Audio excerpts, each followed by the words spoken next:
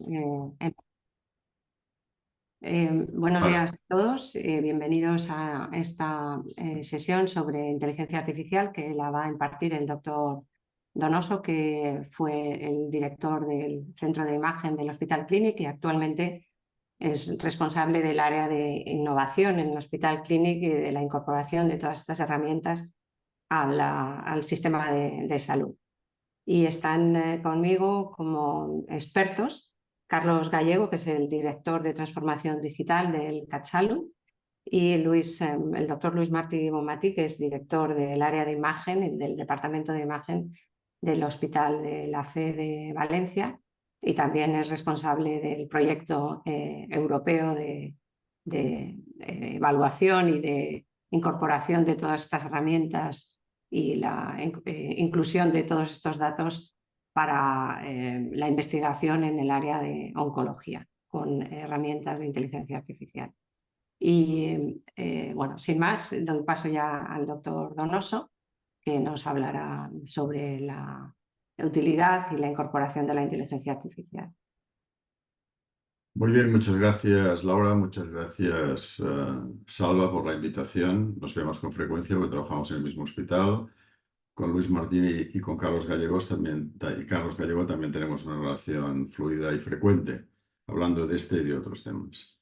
Mi intención en la presentación de hoy es no meterme demasiado en temas técnicos, ni en descripción de algoritmos, sino el mensaje que quiero transmitir es la importancia de pensar la inteligencia artificial como una herramienta que nos permita mejorar la eficiencia, estandarizar y mejorar el trabajo en un departamento de imagen o en cualquier departamento del hospital. La verdad es que no es de ahora. Si nosotros estamos en relación o expuestos a este tipo de herramientas desde hace ya bastantes años.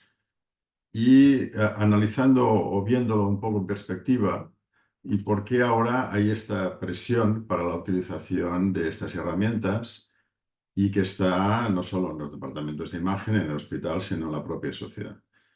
Pues básicamente el entorno, el escenario, ha ido variando poco a poco y el hecho de que trabajemos con computadoras y que los ordenadores nos ayuden a tomar decisiones y a trabajar es un tema perfectamente aceptado en la sociedad.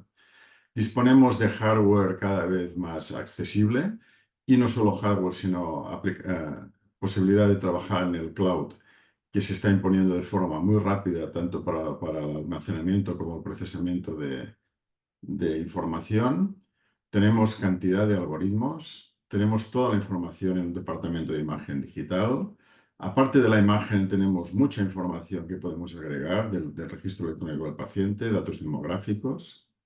Y yo creo que lo más importante a la hora de desarrollar estas aplicaciones, que se han desarrollado muchas, es cómo éstas se aplican y al final lo trascendente es cómo mejoramos la sostenibilidad del sistema.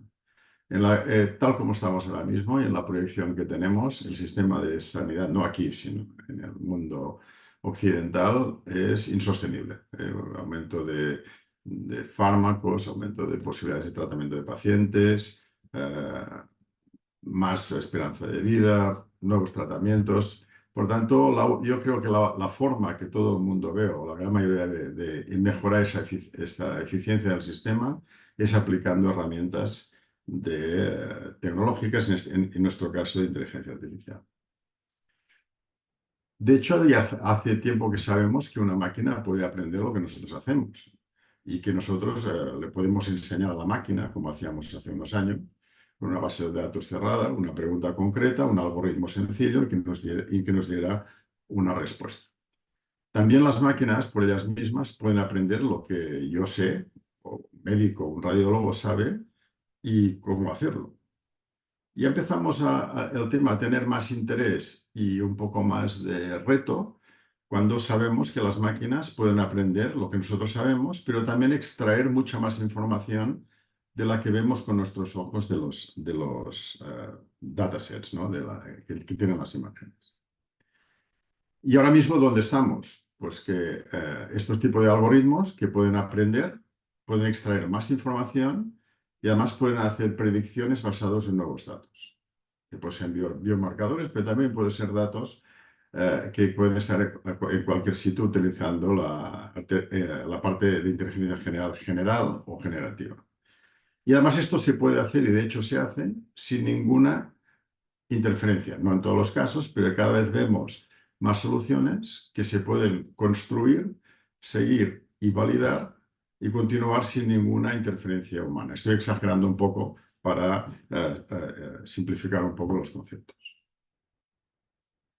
Este esquema que saqué de mi buen amigo Keith Dreyer, que es uno de los gurús de la aplicación desarrollo de la inteligencia artificial, él está en el Mass General y es de los primeros que empezó, que creó el grupo de Data Science y el centro de Data Science que tienen en el American College of Radiology.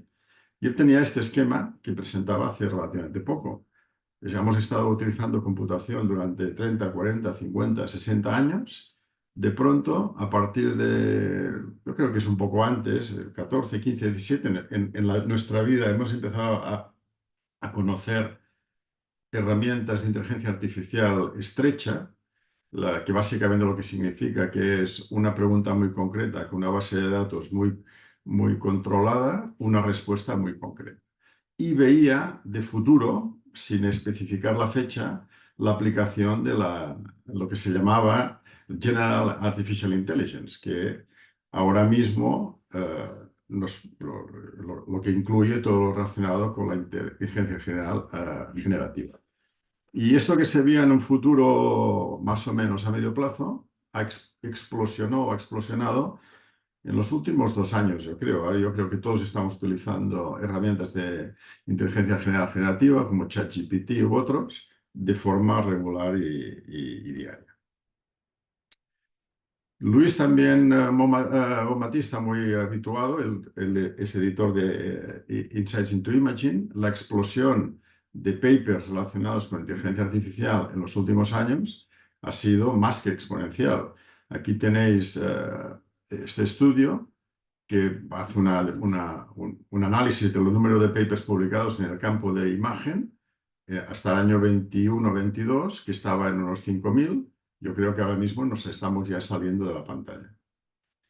Por tanto, hay una explosión de información, una explosión de gente trabajando en soluciones, algunas con sentido y otras, como suelo decir, con soluciones a problemas que nosotros no tenemos y que quizás no tendremos nunca. Adicionalmente con esto, y esto es un slide de un estudio de la Sociedad Coreana de Radiología, que tiene algunos años, que es del 19, y que también presentaba otro buen amigo nuestro, Chuck Kahn, que es el editor de Artificial Intelligence de Radiology. Y este paper, que ahora hemos mejorado, pero revisaban más de 500 papers publicados, en los cuales solo un 6% se le había hecho una validación externa, y ninguno de estos tenía elementos de diseño que estamos acostumbrados para otros tipos de estudio. Que tenéis aquí, ¿no? Cómo se diseñan las cohortes, si se incluyen o no múltiples instituciones, cosa que es fundamental a la hora de validar estos proyectos. Y luego el concepto del análisis de los datos para una validación externa. Esto obviamente ha mejorado, pero hay que tenerlo muy en cuenta que hay mucho elemento, mucha publicación y en revistas con cierta proyección que no tienen estos elementos que son básicos a la hora de validar un estudio. También otro colega en una presentación de una sociedad que es la International Society of Statistic Studies in Radiology, que tuve el placer y honor de dirigir, en unos seminarios que hacíamos, presentó esta aproximación que me pareció también muy ilustrativa de los conceptos sobre qué tipo de aplicaciones en inteligencia artificial y cómo podemos clasificarlas. Unas muy relacionadas con el tema de la imagen, concretamente del proceso de interpretación de imagen. Hay un primer elemento que es la adquisición de imagen y reconstrucción, que ahí se aplican y se están aplicando y se aplican cada vez más algoritmos basados en inteligencia artificial. Ayudarnos en la percepción. Yo, como muchos de nuestra edad, nos entrenamos a detectar enfermedad. a detectar patología, a detectar en las imágenes. Yo creo que las herramientas de inteligencia artificial lo hacen y lo van a hacer mucho mejor que nosotros, a través de mejorar la imagen y cómo se visualiza, pero también en la propia detección de las lesiones y luego la cuantificación y la utilización de biomarcadores de imagen que están en las imágenes y que nosotros no vemos directamente. Y luego lo que parece más atrayente, que es como la inteligencia artificial nos ayuda en la parte del diagnóstico y la predicción de enfermedad, que probablemente llegará, pero que no creo que sea ahora mismo el elemento más importante en la implementación de soluciones de inteligencia artificial. Aquí tenemos el workflow de un departamento de imagen segmentado desde que tomamos el médico que ve al paciente directamente, que toma la decisión de hacer una prueba.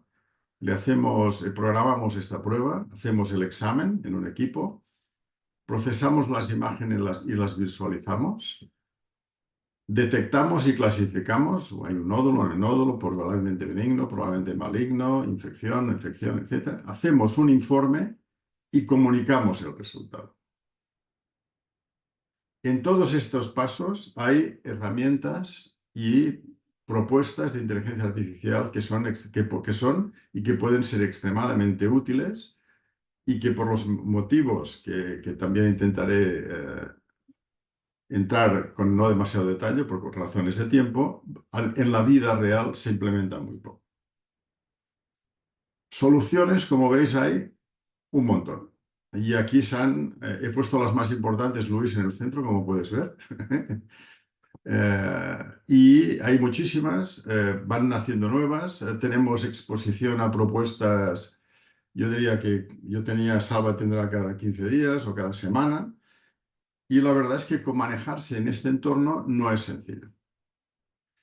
Hay ayudas, una de ellas publicada en este artículo de noviembre de hace 3 años y pico, en el Radiology, de estas guías ECLAIR que nos permiten enfocar o analizar de forma, digamos que racional o paso por paso cualquier solución de inteligencia artificial a la hora de comprarlas. No es exactamente todo lo necesario, pero es obviamente importante saber qué intentamos resolver, qué beneficios puede tener esta solución y qué riesgos y para quién se va a beneficiar de ello.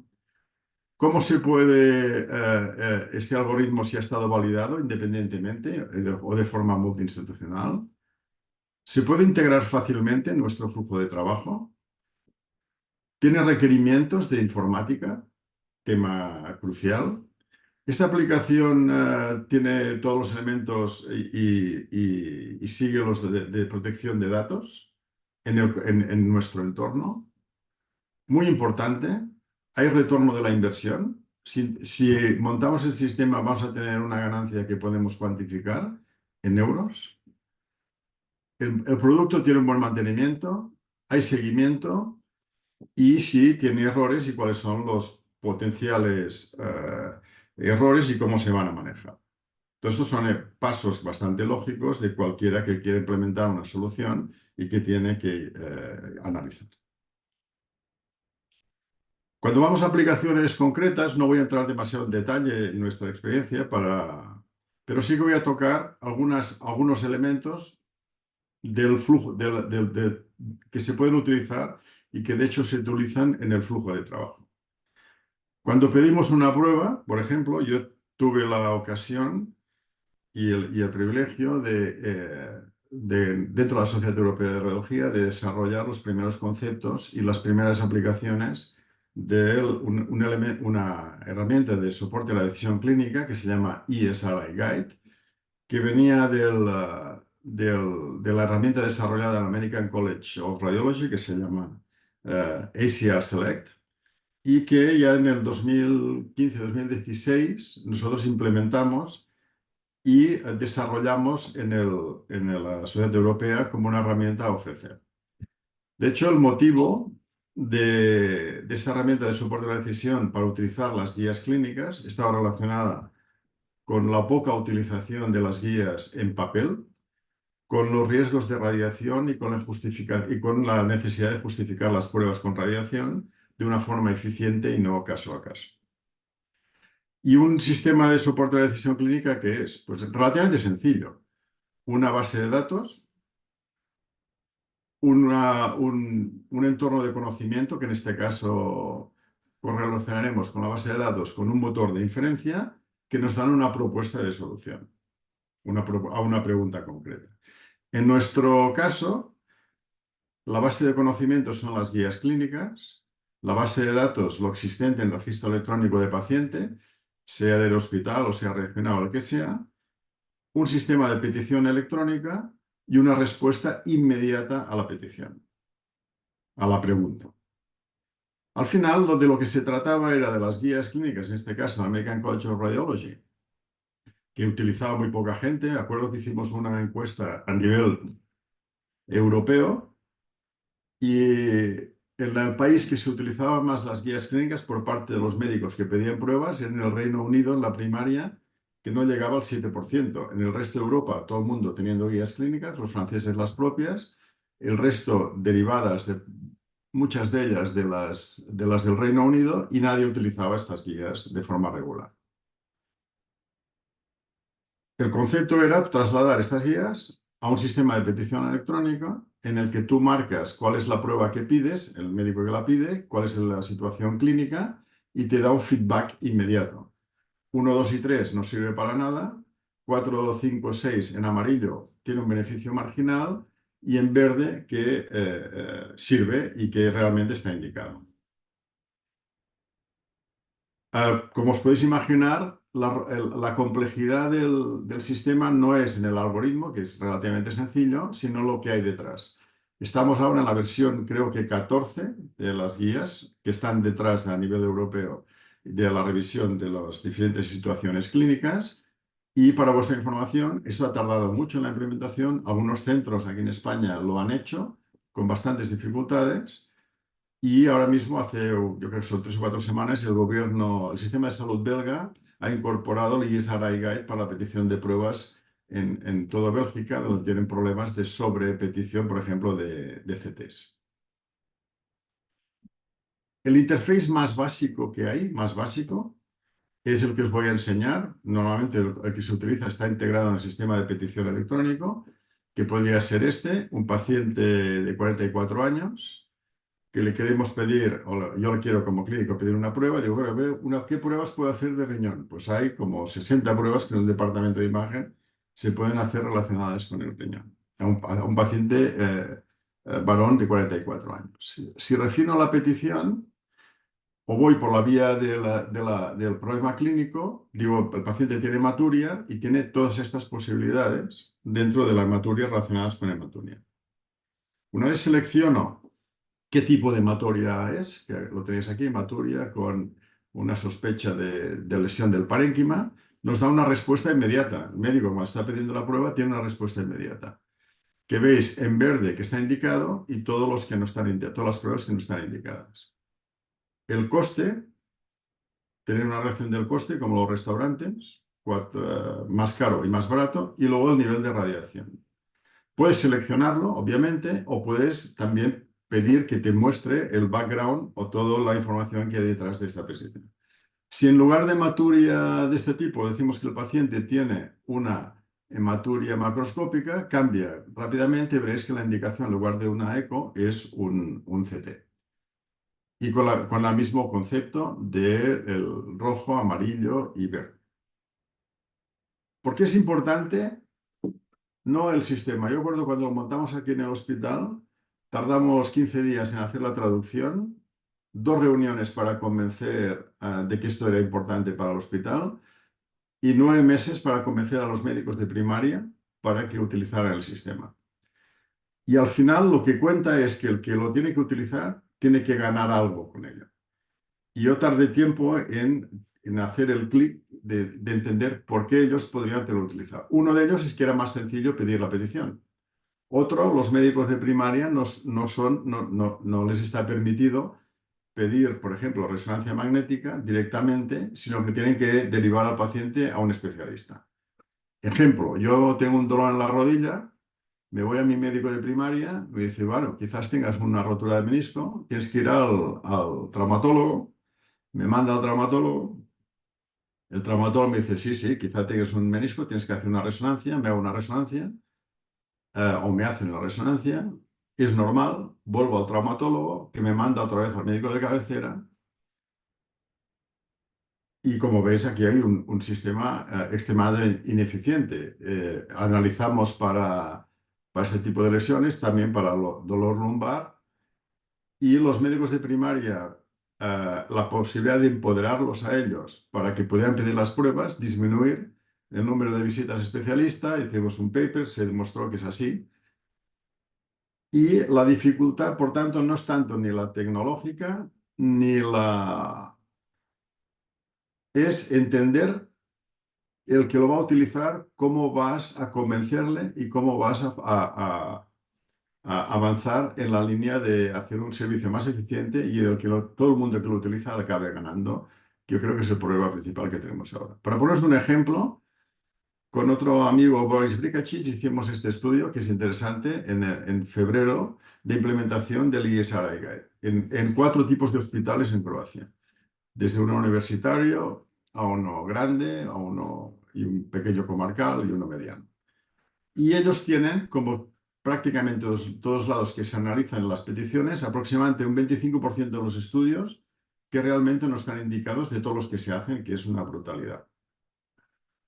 Y lo que hicieron fue pasar el sistema DSRI Guide para conocer estos datos sin que los médicos que pedían las pruebas lo supieran, qué se estaba pasando. Una vez tuvieron esta información, les dijeron a los médicos que el guide se estaba pasando por detrás. Y sin hacer nada más, absolutamente nada más, pasaron de este casi 25, bueno, un poquito más de 25% de pruebas inadecuadas a 12% de pruebas adecuadas. ¿Y por qué? Porque en este caso, el Big Brother, los médicos están pidiendo, saben que alguien lo está observando y que lo que ellos están haciendo se compara con ellos mismos y se compara también con sus pares. Y ese tipo de información, ese tipo de entorno en que tienes datos para confrontar con los médicos o con los peticionarios que son outliers, que piden cosas que no están realmente bien indicadas, es lo que es más poderoso. Para vuestra información, empezaron en el Mass General en 2004, yo creo, y ellos están siempre por encima del 95% de adecuación de pruebas. Una vez tienes esto y la prueba adecuada, puedes mejorar mucho el sistema. A todo lo verde lo programas automáticamente, todas las pruebas están catalogadas, puedes asignarles protocolos específicos de forma automatizada y programarnos en los equipos de forma automatizada. Por lo tanto, las posibilidades de este entorno de mejorar la eficiencia en el departamento son muy grandes. Otra área es en la que utiliza, aparte, como os he dicho, se utiliza en cada uno de los puntos del workflow, es en el entorno de visualización-detección. Y voy a utilizar la terminología del CAD, que es la utilizamos desde hace 7 años, del Computed Aided Detection and Diagnosis, para ilustrar que, sobre todo en el cáncer de mama, es donde mejor lo ilustramos, la poca prestación o cómo se puede mejorar la prestación de un radiólogo hacer una lectura y los motivos de por qué esto es útil, pues son conocidos. A veces las imágenes que manejamos directamente no pueden ser las mejores, en este caso en mamografía, quizás no en otros. Excesivo cantidad de trabajo, subjetividad en la interpretación, fatiga y falta de concentración, lectura no sistemática y a veces encontrar un hallazgo, quedarse satisfecho con este hallazgo y no verlo. Y hay herramientas en el mercado, hay muchas y va a haber más, que nos permiten mejorar muchísimo la prestación de cualquier radiólogo, minimizando estos elementos. Como empezamos nosotros, yo diría que hace más de 10 años, era con sistemas que te ayudaran sencillamente a la detección de elementos sospechosos. Con el tema del cáncer de mama, y aquí en el hospital hicimos un estudio en el entorno de screening de cáncer de mama, que como todos sabéis, se citan a ciudadanas que no tienen patología para detectar lesiones con una expectativa de encontrar un bajo número de casos para ese tipo de lesiones, de cáncer en la población del orden de 5 por 1000. Y las lecturas se hacen por 2 radiólogos, se sigue haciendo así, 2 radiólogos y luego cuando hay discrepancia por uno de consenso. Nosotros utilizamos desde hace mucho tiempo el CAT, que permite detectar y clasificar, y demostramos que se puede hacer un radiólogo con CAT con la misma y algo mejor prestación que 2 radiólogos. Y esto lo demostramos, lo utilizamos en el hospital, pero bueno, no diría que para mi sorpresa, pero esto no se ha extendido, porque como os decía antes, hay otros elementos no relacionados con la tecnología y a veces con la evidencia que influyen. El hecho de que los radiólogos que están haciendo esos estudios admitan que una máquina puede sustituirles, a veces no es sencillo por razones que todos podréis comprender. Y estamos viendo ya soluciones, os enseñaré alguna, del doctor CAT, que hace directamente el informe de forma final, el informe final de forma válida. Una vez detectamos y clasificamos, la ayuda en la detección y la clasificación, os voy a poner ejemplo que hay muchísimos, de un sistema que nos permite detectar en un paciente con ictus la zona de lesión. En este caso es de una compañía cercana a nosotros en el hospital que se llama Methings y que colaboramos en el desarrollo del producto, pero ya digo, hay muchas otras. Y es interesante el estudio de ver cómo somos capaces de detectar 3 observadores comparado con el gold estándar y cómo nos puede ayudar una herramienta de este tipo, no voy a entrar, como os decía, en demasiados detalles, que es capaz de detectar hemorragia aguda, hemorragia crónica, detectar los volúmenes, detectar trombo y además, correlacionando con rankings de gravedad, hacer una previsión, que es lo que yo creo que cada vez iremos más, a predicciones del posible outcome de este paciente, de los posibles resultados y cómo este paciente qué probabilidad tiene de ir bien o mal a la hora de planificar y indicar tratamientos. Os decía que hay herramientas que ya permiten hacer lo que llamamos el RCAT, que directamente se pueden utilizar y que pueden ser de ayuda. Ahí está, conozco otras que con una radiografía de tórax el sistema es capaz de definir los estudios normales sin falsos negativos o con muy pocos falsos negativos. En el screen de cáncer de mama, el hecho de falso negativo es seguro que lo necesitamos y también necesitamos que tenga pocos falsos positivos, porque si no, al final, la herramienta no es utilizable. En este caso, en un entorno que haya muchas radiografías, de tórax en este caso, cuando es normal, genera un informe de forma automática y en algunos entornos esto es de gran ayuda. Nosotros estamos también ahora viendo y analizando la posibilidad de utilizar otro sistema que es exactamente lo mismo, pero para fracturas óseas. En entornos que no hay radiólogo y que no hay traumatólogo, difícil acceso al traumatólogo, el hecho de que el médico, que en este caso que está en urgencias, tenga un sistema que le diga cuando hace una radiografía que seguro que es normal, es y puede ser de gran utilidad.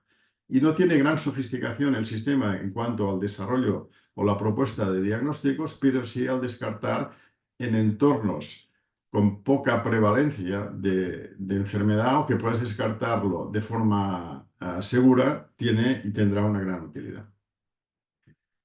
Otros escenarios, he tenido la ocasión, y bueno, y todavía participo en un par de comisiones de Lancet, una sobre diagnóstico y otra sobre imagen en oncología, en la que tiene la oportunidad, estas comisiones de Lancet se organizan para analizar situaciones sanitarias básicamente en países en desarrollo y comparando lo que son la situación que tenemos en los países en desarrollo, como el nuestro.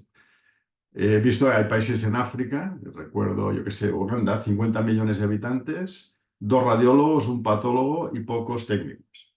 Y con disponibilidad por parte de ONGs de utilizar tecnología en la India también. Este ejemplo relacionado con la tuberculosis es muy interesante El escenario es en algunas áreas de África y sobre todo de la India, con una prevalencia de tuberculosis importante. Lo que se manda es una unidad móvil con energía solar utilizar para hacer las radiografías y con conexión por satélite, por internet, en que se llama a ciudadanos con sospecha. Algunos de ellos andan 10, 15, 20 kilómetros, van a la unidad móvil, se hacen la radiografía y esta radiografía se mandaba a un cloud que un radiólogo en Holanda, en España o en Estados Unidos, de grupos que participan en este tipo de iniciativas, dan una posibilidad diagnóstica. Claro, en este caso, el paciente o el ciudadano que va a hacerse la radiografía se la hace 15 o 20 kilómetros andando,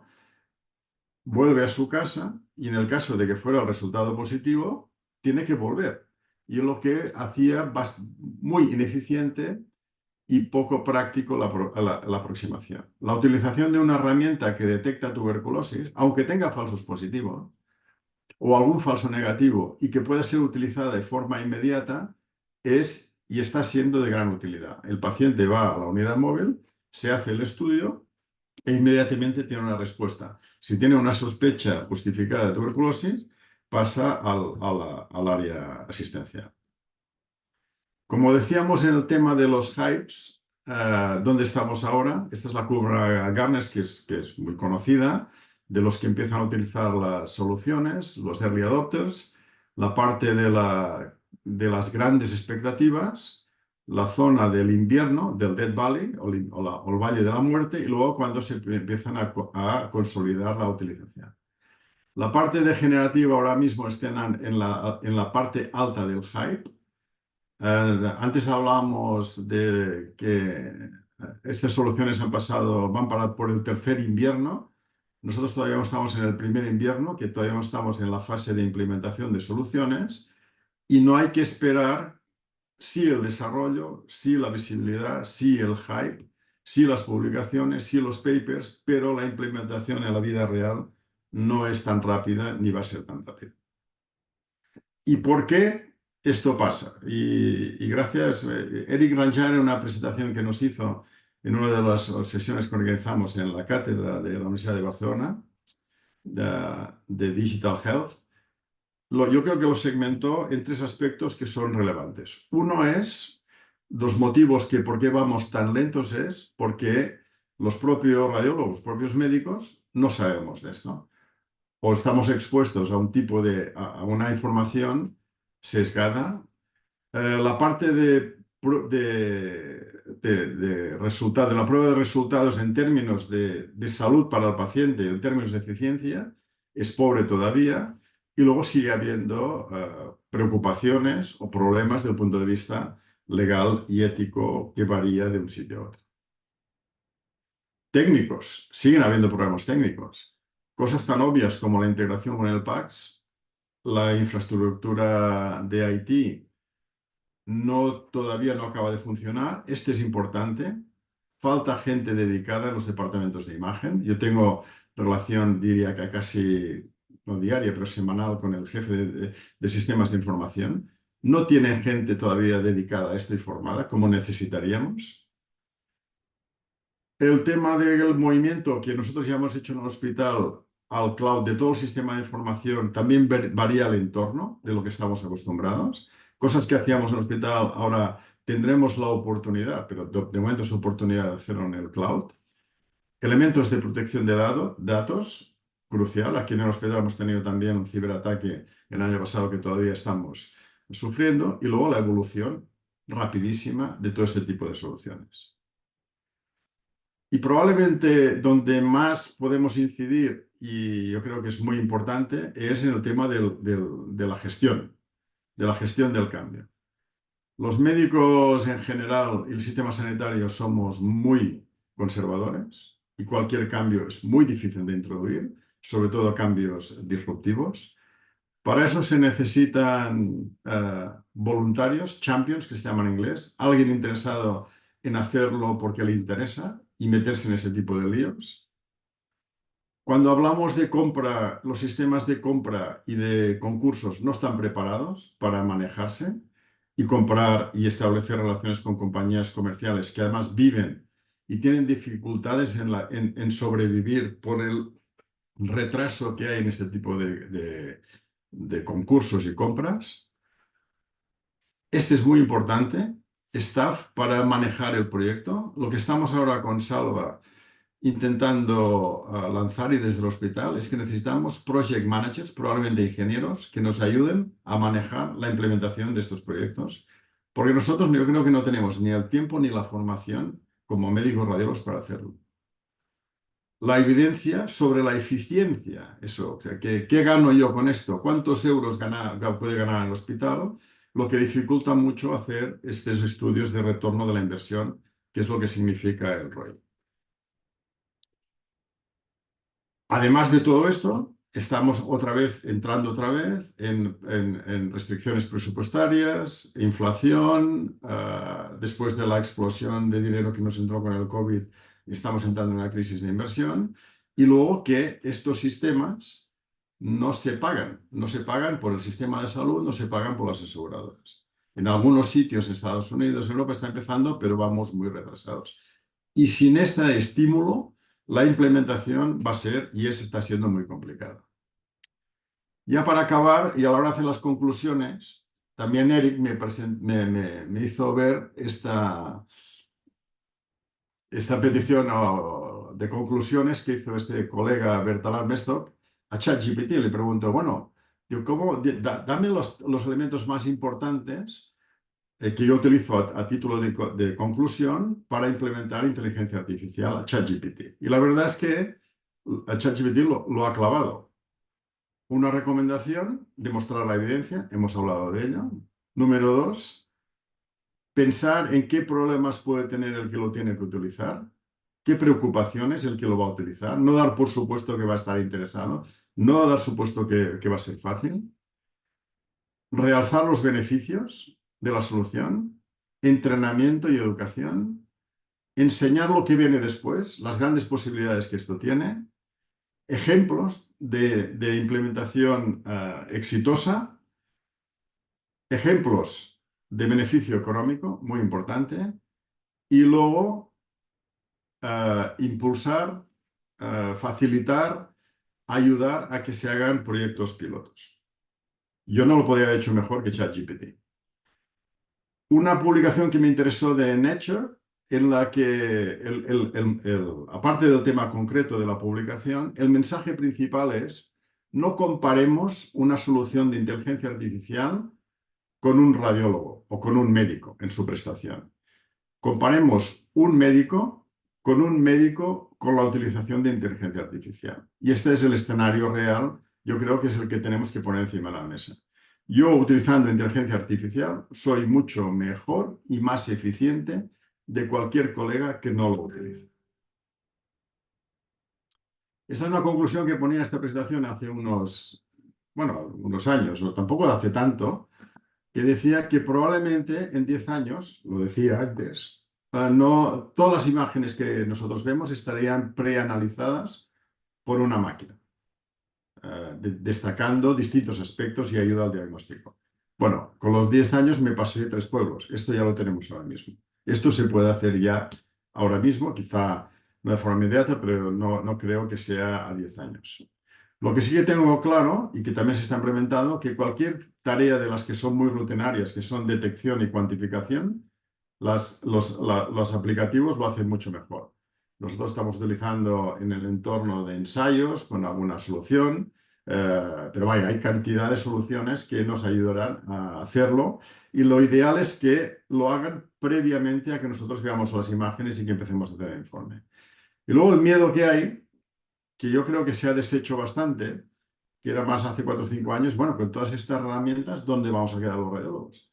Si los clínicos lo pueden hacer con esta herramienta, los técnicos también entrenados pueden, ¿dónde vamos a quedar? Pues la verdad es que siguen faltando, y yo creo que seguirán faltando muchos, porque la demanda es tan exponencial, tan grande, que no damos abasto a dar con la solución y con que se espera de nosotros. Y el hecho de no poder dar la solución y no poder a las expectativas de los estudios diagnósticos y los informes en tiempo y modo, yo creo que también es una amenaza probablemente las más grandes que tenemos, porque si no lo hacemos nosotros, mejorando nuestra eficiencia, seguro que lo van a hacer otros.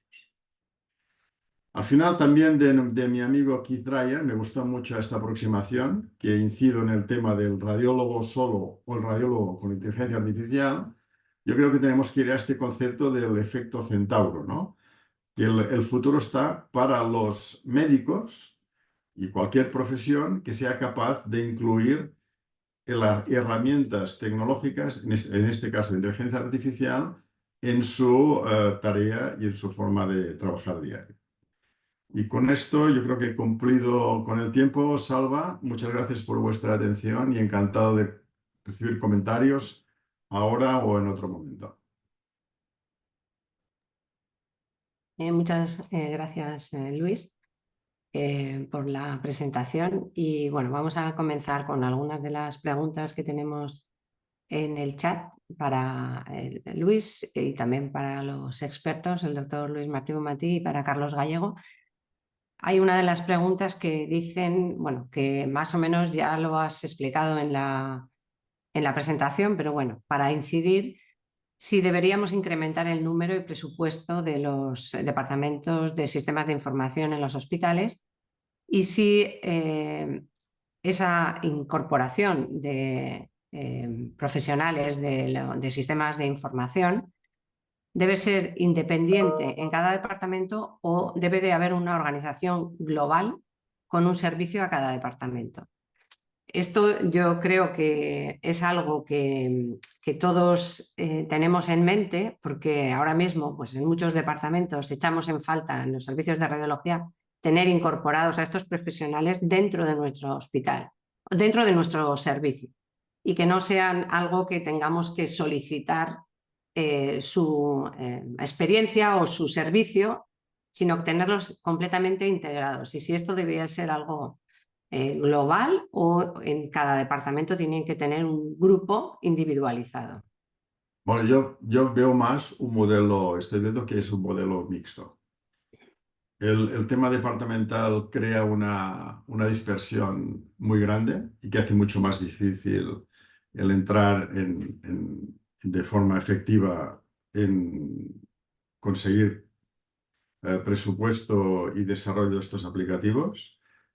Y también es cierto que si los departamentos no están cerca de esto, tampoco avanzan, ¿no?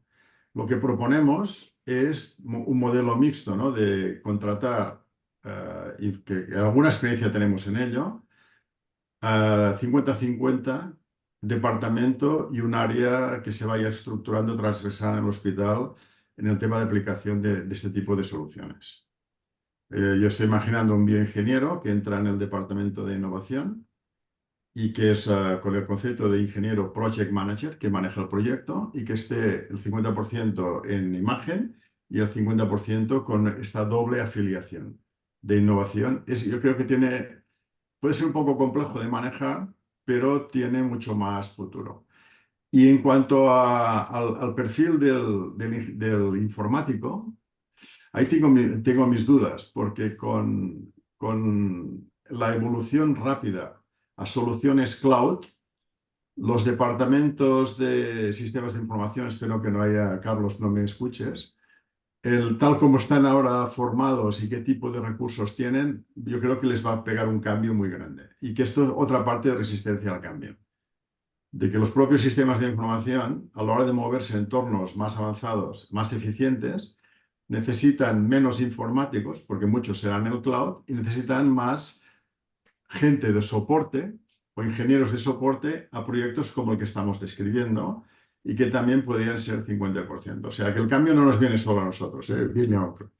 En conclusión, yo no veo un modelo que un departamento de imagen vaya contratando ingenieros y que funcione de forma aislada, pero tampoco me fío de que sea informática que se vaya a encargar, porque sus prioridades están lejos de las que nosotros podamos tener y que todos hemos experimentado.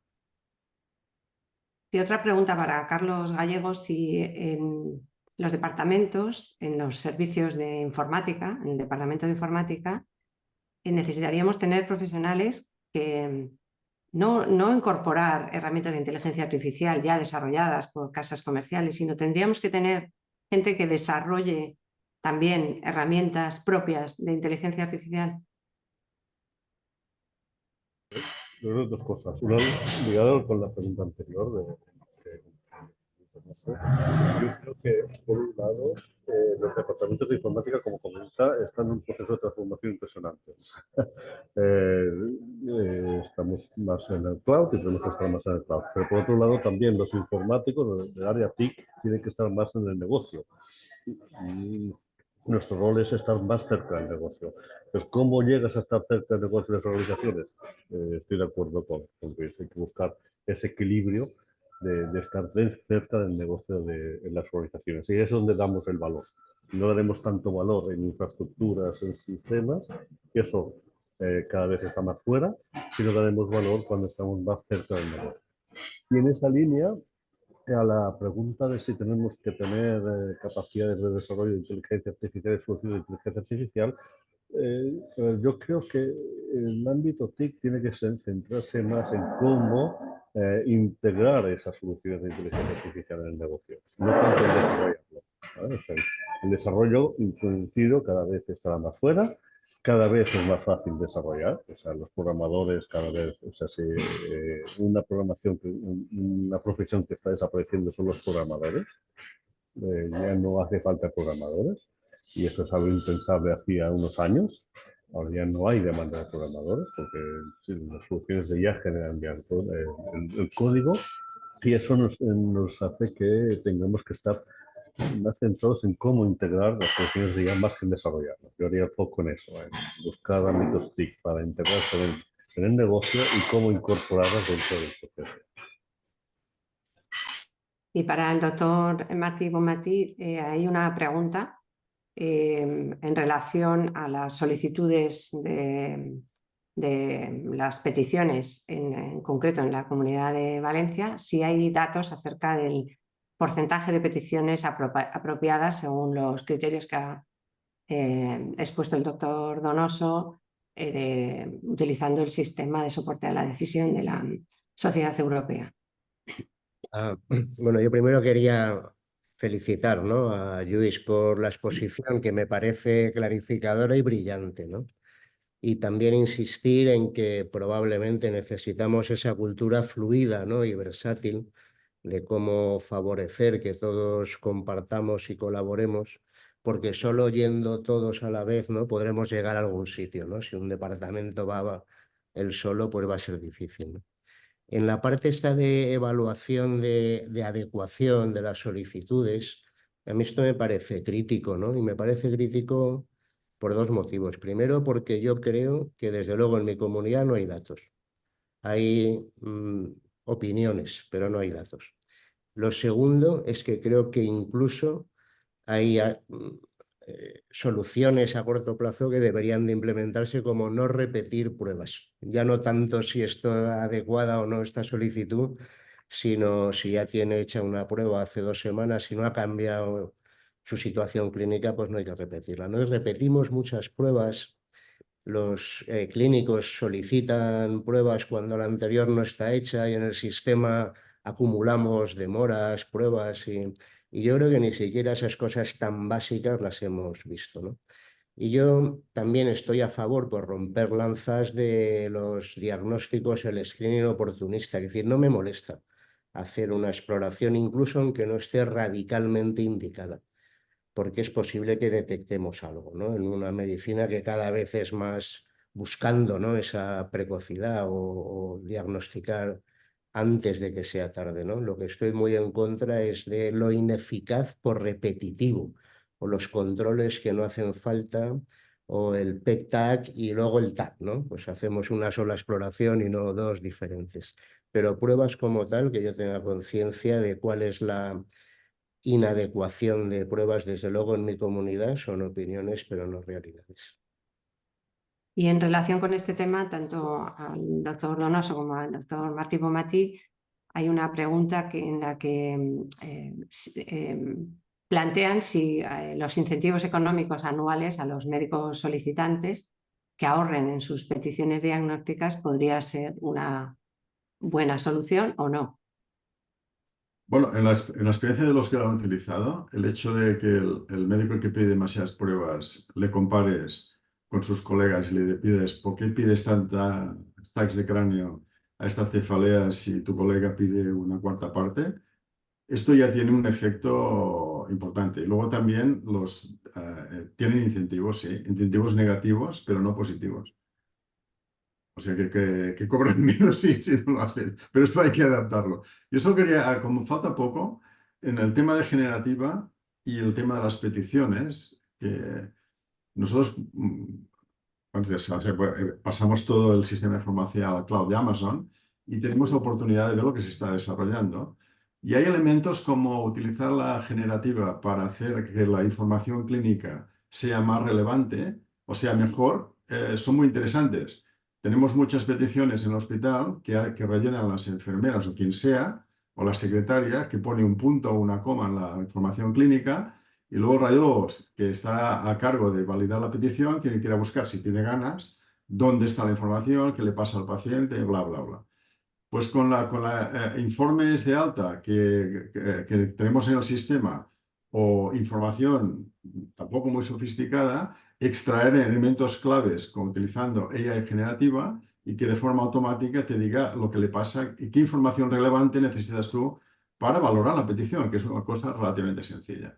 Ese tipo de aproximaciones nos pueden ayudar, no son demasiado disruptivas de lo que es el estatus de los médicos y hay muchas cosas que se podrán hacer, pero claro, para esto necesitas lo que decíamos antes, alguien que sepa del tema, que lo impulse, el champion, el de informática, el del project manager. Y yo creo que en nuestro entorno esto se empieza a entender. Con Carlos estamos en relación a ver si podemos impulsarlo también a nivel regional. Y ese tipo de aproximación yo creo que es la que tiene ahora mismo, yo creo, más futuro y más interés a corto plazo. Bueno, ya son las 9. Si queréis hacer, Carlos y Luis Martí, una última consideración y ya damos paso al doctor Pedraza para que haga las últimas reflexiones. Luis Martí, si quieres hacer la última consideración. Sí. Yo por retomar esa diapositiva de hype y hope, ¿no? Entre la hiperexpectativa y la esperanza, pues igual en medio de todo eso está la participación, ¿no? Y yo creo que no solo debemos de ver qué está sucediendo, debemos de participar en lo que se está construyendo y desde luego participar es de forma activa en los puestos de trabajo, ver qué podemos hacer, ¿no? Y qué podemos hacer en colaboración, ¿no? Y colaborando con, desde luego, con sistemas de informática y con el entorno clínico, ¿no? En el que nos movemos, pero también con el entorno de innovación y de investigación, ¿no? Y solo uniendo todo eso, educación, innovación, investigación y participación, pues estoy más que seguro bueno, que tenemos un presente muy, muy esperanzador en todo lo que está sucediendo. Gracias, Luis. Carlos, ¿quieres hacer una última consideración? Muy rápido, primero agradecer y felicitar al doctor Donoso por su presentación y después simplemente coincidir en las reflexiones que se han hecho de que yo creo que estamos en un proceso claro de transformación y solamente hay que mirar los 2 últimos años lo que ha evolucionado la inteligencia artificial y las TIC y ese proceso de transformación tiene que aterrizar la transformación de organizaciones tan complejas y tan difíciles de transformar como son las nuestras. Y aquí sí coincido también con el doctor Martín. Si no lo hacemos todos juntos es difícil. Poco más. Muchas gracias. Bueno, pues nada, muchas gracias a los tres y ya doy paso al doctor Pedraza para que haga el cierre de la sesión. Muchas gracias, Laura. Yo siempre os agradezco en este momento a todos vuestra participación. A ti, Laura, por tu excelente trabajo de moderadora. A ti, Luis y Carlos, por vuestras palabras y vuestras intervenciones como expertos. Y Luis, como siempre, una gran capacidad de explicar las cosas de una manera clara y nítida. Y también me gusta hacer un pequeño resumen. Yo creo que nos has dado muchas perlas y por resumir mucho, nos has puesto deberes a todos. Nos has puesto deberes a todos los radiólogos diciendo quizás hay que formarse más, quizás hay que comparar lo que hace el radiólogo sin inteligencia artificial con el radiólogo con inteligencia artificial. a los sistemas de información, nos has dicho quizás hay que incorporar profesionales con una vinculación mixta, 50-50, en los departamentos y sistemas de información, ¿no? Y con los gerentes les has dicho que o vamos con inteligencia artificial o no vamos a poder hacer sostenible la calidad de nuestro sistema. No sé si te parece este pequeño resumen correcto, Lluís. Perfecto, gracias, Alba. Muy bien. Bueno, pues sin más, solo recordar que seguramente contaremos con Lluís en futuras sesiones para seguir el tema y simplemente mañana comentaros que estará el doctor José Martel, Pepe Martel, que nos va a hablar del PET-TAC en los tumores musculoesqueléticos en pediatría. Estáis todos invitados. Muchas gracias, Laura, muchas gracias, Carlos, muchas gracias, Luis, y muchas gracias, Lluís y Dani. Que tengáis un gran día. Nos vemos. Un saludo. Gracias. Gracias. Realmente, enhorabuena, felicidades. Ahora.